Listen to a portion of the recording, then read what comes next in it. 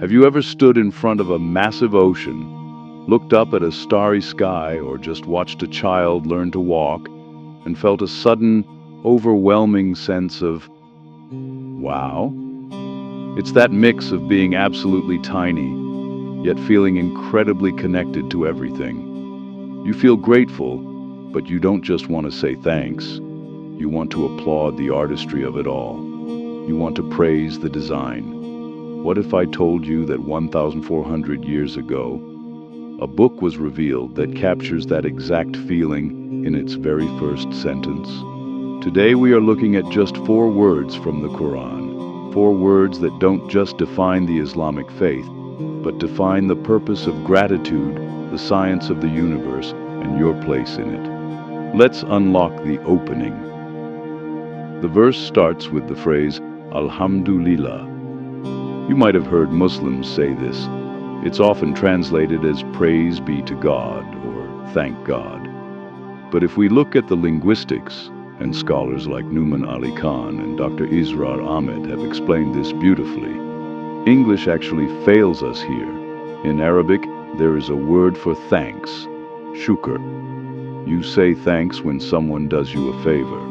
If I give you water, you thank me. But if I don't give you water, you don't thank me. Thanks is a reaction. But hamd is different.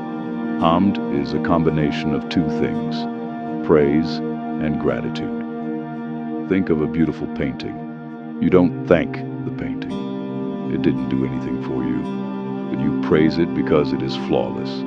Now, think of a kind stranger who saves your life. You thank them. Alhamd means you look at the Creator and say, you are flawless in who you are. Praise. And you have given me everything I have. Gratitude. It is a declaration that even if life is hard right now, the Creator is still perfect. It shifts your mindset from, what did I get today, to, who is looking after me? Authentic insight.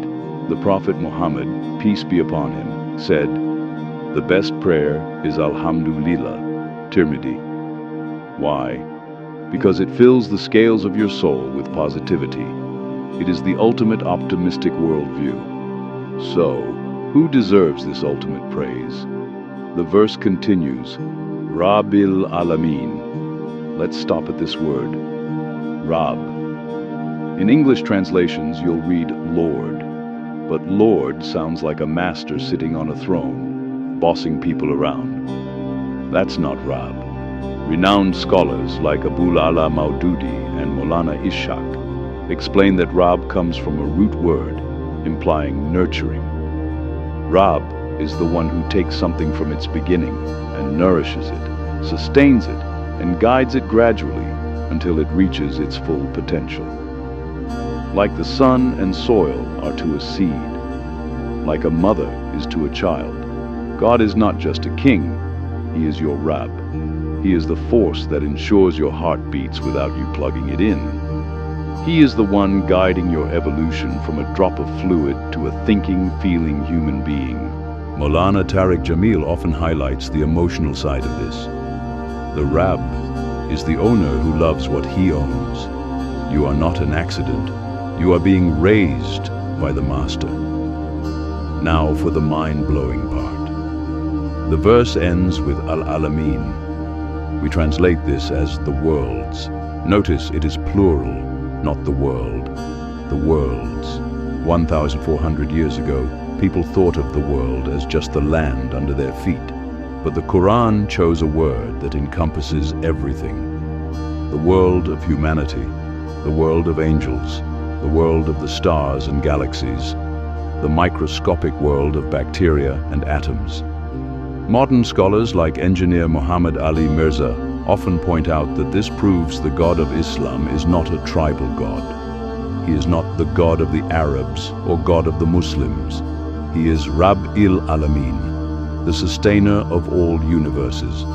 Whether you are an atheist, a Christian, a Hindu, or agnostic, according to this verse, the same source is sustaining you right now. The oxygen you breathe, the physics holding your atoms together, it all comes from the Rab of the worlds. It connects the spiritual with the scientific. The vastness of the multiverse, Al-Alameen, is held together by a caring sustainer, Rabb. So when you put it together, Alhamdulillah, Hi Rabbil Alameen. All praise and gratitude belongs to the one God, the sustainer and nurturer of all universes. It is a sentence that humbles you because the universe is huge, and empowers you because the creator of that universe cares for you. Here is my challenge to you today. You don't have to change your name or your clothes. Just try this. Next time you see something beautiful, a sunset, a smile, or just a meal when you're hungry, take 1 second. Acknowledge the source. Say, all praise belongs to the one who made this. If you found depth in just these 4 words, imagine what is in the rest of the book. Action step. I've linked a translation of the opening, Surah Al-Fatiha, below. It's only 7 sentences long. Read it today. Just read it as a piece of literature and ask yourself, does this speak to my soul? Thank you for watching. Peace be upon you.